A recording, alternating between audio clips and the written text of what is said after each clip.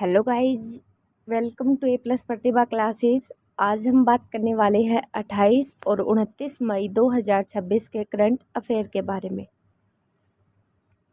इससे पहले अगर आप चैनल पर नए हैं तो मैं आपको बता दूं कि हम यहाँ पर डेली करंट अफेयर डिस्कस करते हैं।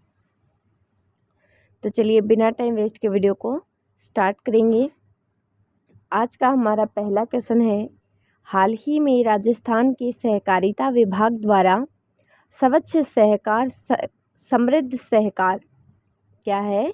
स्वच्छ सहकार और समृद्ध सहकार अभियान का संचालन किस अवधि के दौरान किया गया?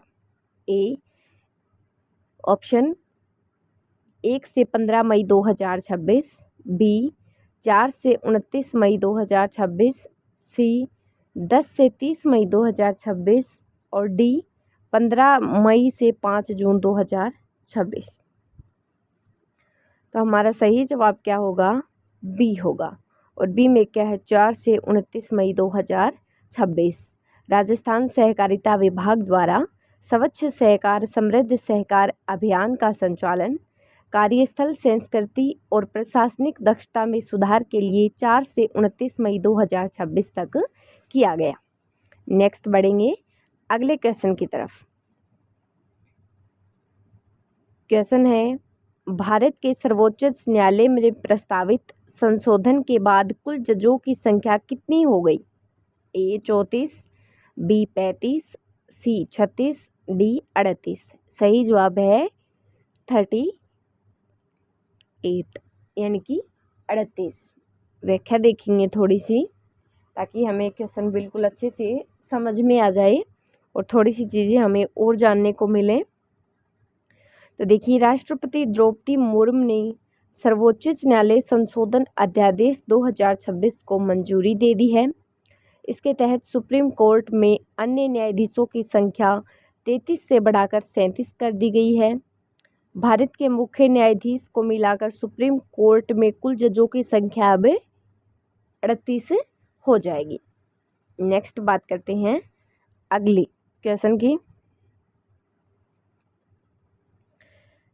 क्वेश्चन है, यूनेस्को द्वारा वर्ष 2026 के लिए किस शहर को विश्व पुस्तक राजधानी घोषित किया है, यानी कि world book capital? A Rabat Morocco, B Paris France, C New Delhi Bharat, D Tokyo Japan. हमारा सही जवाब है ए। और ए में क्या रहेगा? Rabat Morocco. रबात मोरक्को इसका राइट आंसर होगा। तो यूनेस्को द्वारा वर्ष 2026 के लिए रबात मोरक्को को विश्व पुस्तक राजधानी घोषित किया गया है। नेक्स्ट बढ़ते हैं अगले क्वेश्चन की तरफ। नेक्स्ट क्वेश्चन है, हाल ही में किस देश में एशिया का पहला चराईचुंग महोत्सव आयोजित किया गया? A Japan, B Bharat, C Thailand, D Vietnam. तो हमारा सही जवाब क्या रहेगा? बी रहेगा। और बी में क्या है? भारत। भारत इसका सही उत्तर है। तो हाल ही में चराईचुंग महोत्सव भारत के असम राज्य में स्थित विश्व के सबसे बड़े द्वीप, कौन सा द्वीप है? माजुली। तो माजुली में आयोजित किया जा रहा है। नेक्स्ट बढ़ते हैं आगे। अगला क्वेश्चन है, हाल ही में संयुक्त राष्ट्र महासभा ने प्रतिवर्ष किस दिन विश्व फुटबॉल दिवस मनाने की घोषणा की है? ए 25 मई, बी 26 मई, सी 27 मई और डी 28 जून। हमारा सही जवाब क्या रहेगा? बी रहेगा। और बी में क्या है? 26 मई। ये होना तो 25 मई चाहिए। हाँ, ये 25 मई इसका सही जवाब होगा ए 25 मई। तो 25 मई संयुक्त राष्ट्र महासभा ने 7 मई 2024 को प्रस्ताव पारित करके 25 मई को विश्व फुटबॉल दिवस के रूप में मनाने की घोषणा कर दी थी। 2024 से स्टार्ट हो गया था ये। नेक्स्ट बात करते हैं आगे। हाल ही में मई 2026 में केंद्रीय गृह मंत्रालय के किसर अर्धसैनिक बल ने अपने डायमंड जुबली समारोह के हिस्से के रूप में मिशन वंदे मातरम के तहत माउंट एवरेस्ट पर पहली बार पूर्ण महिला पर्वतारोहण अभियान सफलतापूर्वक पूरा किया है? ऑप्शन देखिए हमारे, ऑप्शन है ए सीमा सुरक्षा बल, बी राष्ट्रीय सुरक्षा गार्ड, सी केंद्रीय रिजर्व पुलिस बल और डी है केंद्रीय औद्योगिक सुरक्षा बल। तो हमारा सही उत्तर रहेगा ए, और ए में क्या है, सीमा सुरक्षा बल। तो केंद्रीय गृह मंत्रालय के अधीन सीमा सुरक्षा बल अपने हीरक जयंती यानी कि डायमंड जुबली वर्ष के अवसर पर मिशन वंदे मातरम के तहत माउंट एवरेस्ट पर पहला पूर्ण महिला पर्वतारोहण अभियान सफलतापूर्वक पूरा किया है। नेक्स्ट बढ़ेंगे आगे। अगला क्वेश्चन देखिए, भारत के पारंपरिक कल्याण और प्राकृतिक उत्पाद क्षेत्र को बढ़ावा देने के लिए हाल ही में किस सरकारी बोर्ड ने आयुष निर्यात संवर्धन परिषद के साथ एक समझौता ज्ञापन पर हस्ताक्षर किए हैं? ए रबर बोर्ड, बी भारतीय मसाला बोर्ड, सी चाय बोर्ड, डी कॉफ़ी बोर्ड। तो हमारा सही जवाब है बी, और बी में है भारतीय मसाला बोर्ड। भारतीय मसाला बोर्ड इसका सही उत्तर होगा। व्याख्या देखो थोड़ी सी इसकी। तो भारतीय पारंपरिक कल्याण और प्राकृतिक उत्पादों को वैश्विक स्तर पर बढ़ावा देने के लिए वाणिज्य एवं उद्योग मंत्रालय के तहत कार्य करने वाले भारतीय मसाला बोर्ड ने आयुष निर्यात संवर्धन परिषद के साथ एक साथ समझौता ज्ञापन पर हस्ताक्षर किए हैं। नेक्स्ट बढ़ेंगे अगले क्वेश्चन की तरफ। क्वेश्चन है, हाल ही में किस राज्य सरकार ने गर्मियों में अत्यधिक तापमान और पानी की कमी के दौरान वन्यजीवों की सुरक्षा के लिए क्या किया है? जल पर्व वन्यजीव सहायता अभियान तेज किया है? ए राजस्थान, बी गुजरात, सी झारखंड, डी ओडिशा। तो हमारा सही जवाब रहेगा बी, और बी में क्या है, गुजरात। गुजरात इसका सही उत्तर होगा। तो गर्मियों में पानी की भारी किल्लत और बढ़ते तापमान के बीच वन्यजीवों की सुरक्षा के लिए गुजरात सरकार द्वारा जल पर्व वन्यजीव सहायता अभियान तेज किया गया है। समझ में आ गया ये जल पर्व वन्यजीव अभियान क्या है और किसके द्वारा ये शुरू किया गया है? तो ये पक्षियों के लिए है। गर्मियों में पानी की किल्लत और बढ़ते तापमान के बीच उनकी सुरक्षा को देखते हुए है।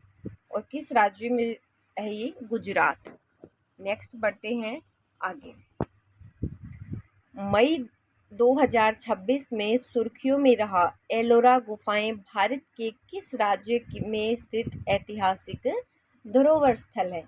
यानी कि क्या पूछा गया है कि एलोरा गुफाएं कहाँ है?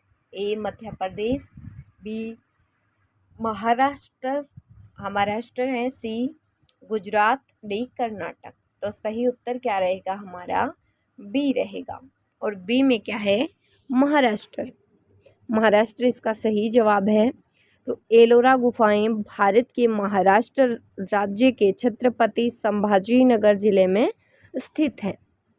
नेक्स्ट बढ़ेंगे आगे। अगला क्वेश्चन है, हाल ही में संयुक्त राष्ट्र महासभा द्वारा घोषित किए गए पहले आधिकारिक विश्व फुटबॉल दिवस को दुनिया भर में किस तिथि को मनाया गया? विश्व फुटबॉल दिवस पूछा जा रहा है कि किस तिथि को मनाया जाता है? ऑप्शन ए 25 मई, ऑप्शन बी 26 मई, ऑप्शन सी 28 मई, ऑप्शन डी है 29 मई। हमारा सही जवाब रहेगा बी, और बी में क्या है? 26 मई। 26 मई राइट आंसर है। संयुक्त राष्ट्र महासभा द्वारा घोषित पहला आधिकारिक विश्व फुटबॉल दिवस दुनिया भर में 25 मई को मनाया गया। नेक्स्ट बढ़ते हैं आगे। अगला क्वेश्चन क्या है कि देश का पहला 100% इलेक्ट्रीफाइड रेलवे नेटवर्क वाला राज्य कौन सा बन गया है, जो मई 2026 में पूरी तरह से कार्बन न्यूट्रल ऑपरेशंस की ओर बढ़ा है? ए उत्तर प्रदेश, बी हरियाणा, सी केरल, डी गुजरात। तो हमारा सही जवाब रहेगा बी। और बी में क्या है? हरियाणा। हरियाणा इसका सही जवाब रहेगा। व्याख्या देखें आप थोड़ी सी। भारतीय रेलवे ने हरियाणा में रेल नेटवर्क का 100% विद्युतीकरण पूरा कर लिया है। भारतीय रेलवे ने हरियाणा राज्य में रेलवे नेटवर्क का 100% विद्युतीकरण करके एक महत्वपूर्ण उपलब्धि हासिल की है। हरियाणा का मौजूद broad gauge network 1701 route kilometre का है, जिसका अब 100% विद्युतीकरण हो चुका है। नेक्स्ट बढ़ेंगे आगे। अगला क्वेश्चन है, मई 2026 में डुआर्स पर्यावरण और सतत पर्यटन शिखर सम्मेलन की मेजबानी के कारण चर्चा में रहा चालसा भारत के किस राज्य में स्थित एक पर्यटन स्थल है? ए असम, बी पश्चिम बंगाल, सी मेघालय, डी सिक्किम। तो हमारा सही जवाब क्या रहेगा? बी रहेगा। और बी में क्या है? पश्चिम बंगाल। पश्चिम बंगाल इसका सही जवाब होगा। तो चालसा भारत के पश्चिम बंगाल राज्य में स्थित एक प्रमुख और प्रसिद्ध पर्यटन स्थल है। यह स्थान हिमालय की तलहटी में स्थित अपने घने जंगलों, चाय के बागानों और वन्यजीवों के लिए बेहद लोकप्रिय है। तो समझ में आ गया, ये जो चालसा है वो भारत के किस राज्य में है? तो चालसा है भारत के पश्चिम बंगाल में। नेक्स्ट बात करते हैं आगे। क्वेश्चन है, किस भारतीय टेक स्टार्टअप ने हाल ही में दुनिया का सबसे छोटा AI पावर्ड वीरेबल रिंग लॉन्च किया है, जो स्वास्थ्य और जेस्चर को ट्रैक करता है? A boat, B noise, C Ultrahuman, D nothing. हमारा सही जवाब है सी। और सी में क्या है? अल्टी ह्यूमन। अल्टी ह्यूमन इसका राइट आंसर है। तो भारतीय हेल्थ टेक स्टार्टअप अल्टी ह्यूमन ने अपनी पहली नई पीढ़ी की वियरेबल रिंग लॉन्च की है, जिसे दुनिया का सबसे उन्नत और छोटे बायो वेरेबल्स में से एक माना गया है। तो समझ में आ गया, ये AI पावर्ड वियरेबल रिंग जो लॉन्च हुआ है उसके बारे में है। नेक्स्ट बढ़ते हैं आगे। अगला क्वेश्चन है, भारत के किस पड़ोसी देश ने मई 2026 में अपने पहले पूर्ण रूप से स्वदेशी रूप से विकसित कम्युनिकेशन सैटेलाइट को सफलतापूर्वक स्पेस में लॉन्च किया है? ए बांग्लादेश, बी नेपाल, सी श्रीलंका, डी मालदीव। हमारा सही जवाब है ए। और ए में है बांग्लादेश। बांग्लादेश इसका सही उत्तर है। बांग्लादेश ने मई 2026 में पहले पूर्ण रूप से स्वदेशी विकसित कम्युनिकेशन सैटेलाइट को अंतरिक्ष में सफलतापूर्वक लॉन्च किया है। आगे बढ़ते हैं अगले क्वेश्चन की तरफ। Question number 15। यह दुनिया की सबसे ऊंची सड़क जो लद्दाख के उमलिंग ला दर्रे पर बनी है, उसको मई 2026 में गिनीज वर्ल्ड रिकॉर्ड्स द्वारा दोबारा सबसे कठिन ब्लैक टॉप रोड का सर्टिफिकेट मिला। इसे किस भारतीय संस्था ने बनाया है? ए NHAI, बी ब्रो, सी TST इंफ्रास्ट्रक्चर, सी PWD। तो हमारा सही जवाब क्या रहेगा? ब्रो, BRO, यानी कि बॉर्डर रोड्स ऑर्गेनाइजेशन। किस संस्था द्वारा इसे बनाया गया है? तो इसका ब्रो सही जवाब होगा। तो ब्रो का जो फुल फॉर्म है वो क्या है? Border roads organisation. व्याख्या देखें हम थोड़ी सी। लद्दाख के उमलिंग ला दर्रे पर 9024 फीट की ऊंचाई पर स्थित दुनिया की इस सबसे ऊंची पक्की सड़क का निर्माण सीमा संगठन ने अपने प्रोजेक्ट हिमांक के तहत किया है। इस बेहतरीन इंजीनियरिंग के कार्य संस्था को गिनीज वर्ल्ड रिकॉर्ड का प्रमाण पत्र मिला है। नेक्स्ट बढ़ेंगे आगे अगला क्वेश्चन क्या है, 28 मई 2026 को जारी, तो 28 मई 2026 को जारी रिपोर्ट के अनुसार किस राज्य सरकार ने भीषण गर्मी और पानी की कमी से वन्यजीवों को बचाने के लिए जल परब वन्यजीव सहायता अभियान शुरू किया है। क्वेश्चन तो वही है ये जो हमने पहले पढ़ा है, तो इसका सही जवाब क्या है, बी, और बी में क्या है, गुजरात। नेक्स्ट क्वेश्चन नंबर 17 है, मई 2026 में केंद्र सरकार द्वारा देश भर में 100 हाईटेक औद्योगिक पार्क विकसित करने के लिए किस नई योजना की घोषणा की गई है। ए समर्थ योजना, बी भव्य योजना, सी संकल्प योजना और डी है प्रगति योजना। तो हमारा सही जवाब रहेगा बी, और बी में क्या है, भव्य योजना। तो केंद्र सरकार द्वारा स्टार्ट की गई है ये 100 हाईटेक औद्योगिक पार्क विकसित करने के लिए, और इस योजना का नाम है भव्या। व्याख्या देखेंगे, और भव्या की फुल फॉर्म देखिए पहले, भारत इंडस्ट्रियल डेवलपमेंट स्कीम। तो मई 2026 में केंद्र सरकार ने देश भर में 100 हाईटेक औद्योगिक पार्क विकसित करने के लिए इस योजना के परिचालन दिशा निर्देश किए हैं। यह योजना प्लग एंड प्ले मॉडल पर आधारित है। नेक्स्ट बात करते हैं आगे, क्वेश्चन नंबर 18। क्वेश्चन नंबर 18 क्या है, 28 मई 2026 को नागरिक उड्डयन और क्षेत्रीय कनेक्टिविटी योजना को बढ़ावा देने के लिए किस राज्य के शिरडी में रक्षा मंत्री राजनाथ सिंह की उपस्थिति में एक महत्वपूर्ण समझौता ज्ञापन पर हस्ताक्षर किए गए। ए मध्य प्रदेश, बी गुजरात, सी महाराष्ट्र, डी उत्तर प्रदेश। तो सही जवाब क्या रहेगा इसका, सी रहेगा, और सी में है महाराष्ट्र। महाराष्ट्र इसका राइट आंसर है। व्याख्या देखें, यह समझौता ज्ञापन महाराष्ट्र के शिरडी में रक्षा मंत्री राजनाथ सिंह और महाराष्ट्र के मुख्यमंत्री देवेंद्र फडणवीस की उपस्थिति में हस्ताक्षरित किया गया, यानी कि इस पर हस्ताक्षर किए गए। इसके तहत क्षेत्रीय संपर्क को बढ़ावा देने के लिए विमानन सेवाओं और सीप्लेन कनेक्टिविटी के विकास हेतु कार्य किए जाएंगे। नेक्स्ट बात करते हैं आगे है, हाल ही में खबरों में रहा ई प्राप्ति पोर्टल निम्न में से किस क्षेत्र या संगठन से संबंधित है। नाम है ई प्राप्ति पोर्टल।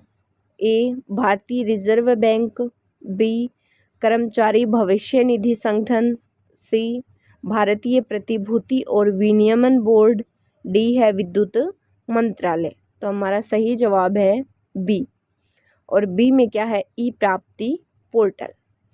ई प्राप्ति पोर्टल इसका सही जवाब है कर्मचारी भविष्य निधि संगठन, यानी कि EPFO। तो ई प्राप्ति पोर्टल इसका फुल फॉर्म क्या है, आधार बेस एक्सेस पोर्टल और ट्रैकिंग इन प्रोडक्टिव अकाउंट। तो कर्मचारी भविष्य निधि संगठन द्वारा शुरू किया गया एक समर्पित डिजिटल प्लेटफॉर्म है। नेक्स्ट बात करेंगे आगे, हाल ही में किस देश में स्थित मयोन ज्वालामुखी में तीव्र भूगर्भीय गतिविधियों के कारण वह अंतर्राष्ट्रीय चर्चा में रहा। ए इंडोनेशिया, बी जापान, सी फिलीपींस, डी इटली। तो हमारा सही जवाब रहेगा सी, और सी में क्या है, फिलीपींस। तो हाल ही में मई 2026 में इसमें हुई तीव्र भूगर्भिक गतिविधियों, लावा प्रवाह और भारी मात्रा में राख उत्सर्जन के कारण स्थानीय प्रशासन को अलर्ट जारी कर आसपास के हजारों लोगों को सुरक्षित स्थानों पर हस्तांतरित करना पड़ा, जिससे यह अंतर्राष्ट्रीय चर्चा में रहा। नेक्स्ट बात करते हैं अगले क्वेश्चन की। क्वेश्चन है, 28 मई 2026 को नीति आयोग द्वारा जारी सतत विकास लक्ष्य भारत सूचकांक में किस राज्य ने पहला स्थान लिया है। ए केरल, बी तमिलनाडु, सी हिमाचल, डी उत्तराखंड। तो इसका सही जवाब हम ए और डी दोनों ही कर सकते हैं। ज़्यादा अगर उत्तराखंड ऑप्शन में नहीं होगा तो केरल ही आएगा, लेकिन अभी दोनों है तो उत्तराखंड भी इसका सही जवाब है। वो कैसे है अभी देखते हैं। तो केरल और उत्तराखंड नीति आयोग द्वारा जारी सतत विकास भारत सूचकांक के नवीनतम संस्करण में केरल और उत्तराखंड दोनों ने ही 79 अंकों के साथ स्कोर के साथ संयुक्त रूप से पहला स्थान हासिल किया है। केरल ने भूखमरी मुक्ति और गुणवत्तापूर्ण शिक्षा में शीर्ष प्रदर्शन किया है, जबकि उत्तराखंड ने सस्ती एवं स्वच्छ ऊर्जा के क्षेत्र में उल्लेखनीय सुधार कर पहला स्थान साझा किया है। नेक्स्ट बात करेंगे आगे। क्वेश्चन नंबर 22, यह भारतीय अंतरिक्ष अनुसंधान संगठन ने 28 मई 2026 को अपने किस अत्याधुनिक मौसम उपग्रह का सफल प्रक्षेपण किया है? ए इनसैट 4D, बी है इनसैट 3DS, सी है ओशनसैट 4 और डी है जीसैट 20। ये 3 और 2 यानी कि 32। तो हमारा सही जवाब रहेगा बी, और बी में है इनसैट 3DS। व्याख्या देखिए थोड़ी सी इसकी। भारतीय अंतरिक्ष अनुसंधान संगठन ने अपनी तीसरी पीढ़ी के अत्याधुनिक मौसम पूर्वानुमान और आपदा चेतावनी उपग्रह का सफल परीक्षण पूरा किया था। इस उपग्रह को geosynchronous satellite launch vehicle rocket के जरिए श्रीहरिकोटा के सतीश धवन अंतरिक्ष केंद्र से अंतरिक्ष में भेजा गया। नेक्स्ट बढ़ते हैं आगे। क्वेश्चन नंबर 23 है, 28 मई 2026 को घोषित अंतर्राष्ट्रीय बुकर पुरस्कार के लिए किस लेखक को सम्मानित किया गया है? ए जॉर्जी गोस्पोडिनोव, बी है जेनी एयरपेनबेक, सी है ताइवेन ट्रेवलोंग और डी है डेविड डियोप। तो सही जवाब है सी, ताइवान ट्रेवलोंग है। इस उपन्यास की लेखिका ताइवानी मूल की यान सुआंग जी हैं। नेक्स्ट बढ़ेंगे आगे। क्वेश्चन नंबर 24 है, भारत के किस राज्य में 28 मई 2024 को मुख्यमंत्री सौर ऊर्जा फसल सुरक्षा योजना के विस्तार को मंजूरी दी गई है? ए उत्तर प्रदेश, बी हिमाचल, सी पंजाब, डी मध्य प्रदेश। हमारा सही जवाब है बी, और बी में क्या है? हिमाचल प्रदेश। तो मई 2026 को हिमाचल प्रदेश सरकार द्वारा मुख्यमंत्री सौर ऊर्जा फसल सुरक्षा योजना के विस्तार और उससे जुड़ी बजट प्रक्रियाओं को मंजूरी दे दी गई है। नेक्स्ट बढ़ते हैं आगे। क्वेश्चन नंबर 25 है, हाल ही में किस वैश्विक संस्था ने दुनिया भर में पर्यावरण प्रदूषण को कम करने के लिए ग्लोबल प्लास्टिक ट्रीटी का नया मसौदा जारी किया है? ए विश्व बैंक, बी संयुक्त राष्ट्र पर्यावरण कार्यक्रम, सी है विश्व स्वास्थ्य संगठन और डी है वर्ल्ड वाइड फंड। तो सही जवाब है बी, और बी में क्या है? संयुक्त राष्ट्र पर्यावरण कार्यक्रम। सही उत्तर यही क्यों है? तो देखिए, ग्लोबल प्लास्टिक ट्रीटी यानी कि वैश्विक प्लास्टिक संधि की प्रक्रिया और इसके मसौदे संयुक्त राष्ट्र पर्यावरण कार्यक्रम के तत्वाधान में गठित अंतर सरकारी वार्ता समिति द्वारा तैयार और जारी किए जा रहे हैं। नेक्स्ट बढ़ते हैं आगे।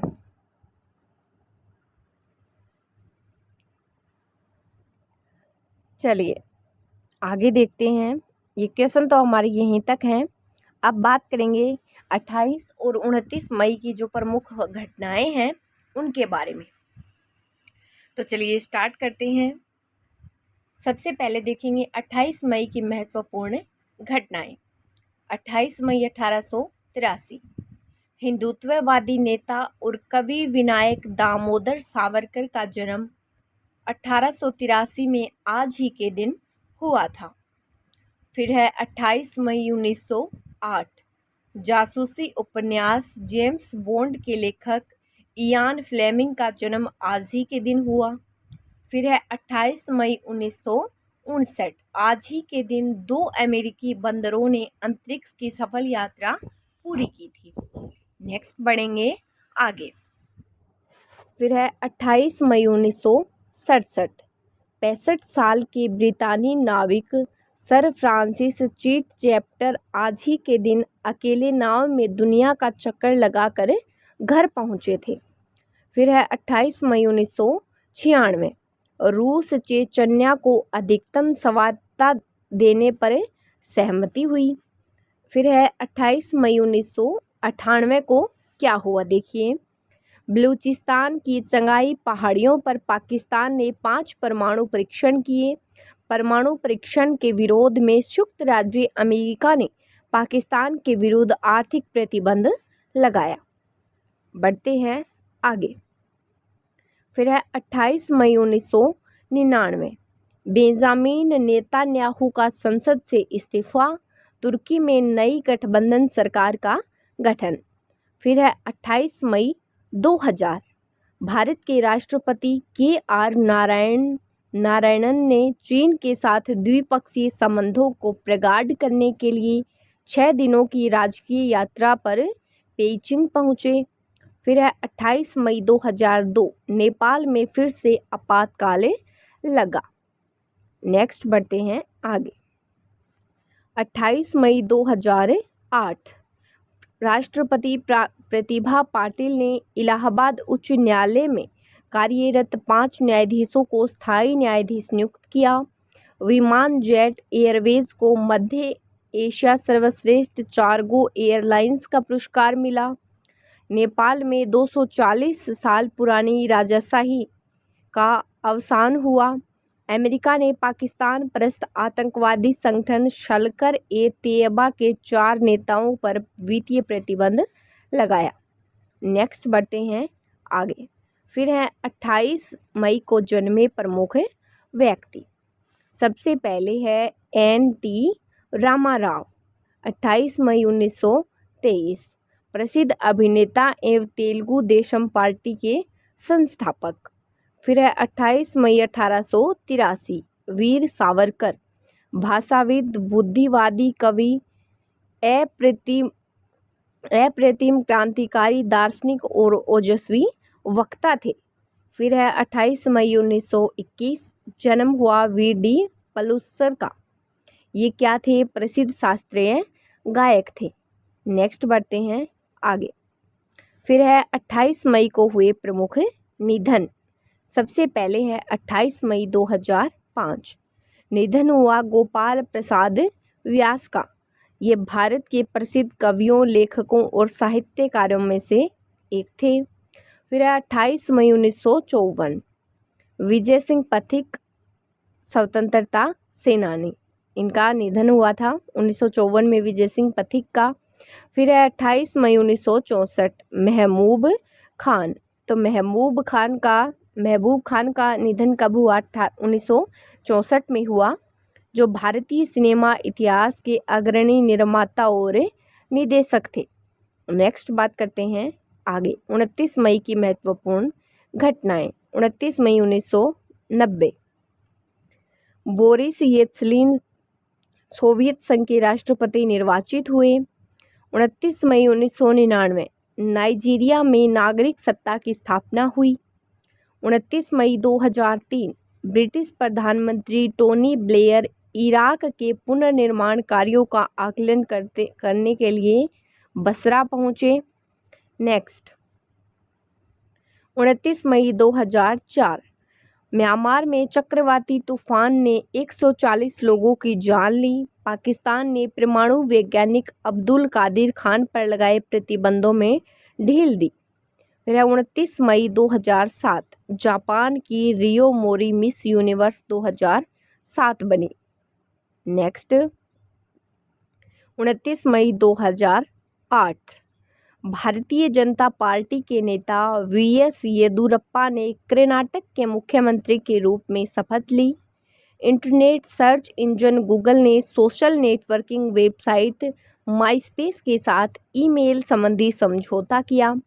नेपाली सरकार ने राजतंत्र का अंत कर गणतंत्र की घोषणा करते हुए शाही महलों सहित देश के सभी भागों में राजतंत्र के सभी चिन्ह हटाते हुए राजध्वज को मान्यता दी।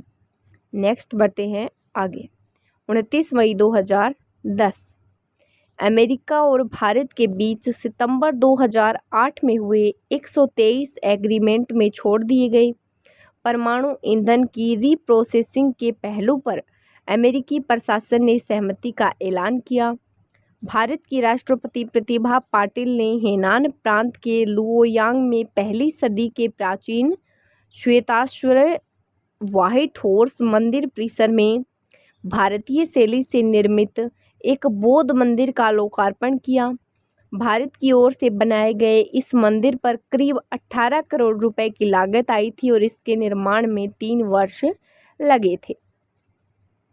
नेक्स्ट है 29 मई को जन्मे व्यक्ति। 29 मई 1954 जन्म हुआ मदन कश्यप का, जो भारत के जाने माने कवि हैं। फिर है 29 मई 1906 कन्हैयालाल मिश्र प्रभाकर का जन्म हुआ, जो हिंदी के जाने माने निम्नकार हैं। नेक्स्ट है 29 मई 1865 रामानंद चटर्जी, पत्रकारिता जगत के एक पुरोगामी शख्सियत। नेक्स्ट बढ़ते हैं आगे। यह है 29 मई को हुए प्रमुख निधन।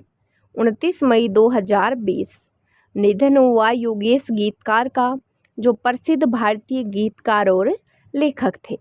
फिर है 29 मई 2020 अजीत जोगी भारतीय कांग्रेस के राजनीतिज्ञ व राजनेता थे। फिर है 29 मई 1987 चौधरी चरण सिंह, भारत के 5वें प्रधानमंत्री, जो किसानों की आवाज़ बुलंद करने वाले प्रखर नेता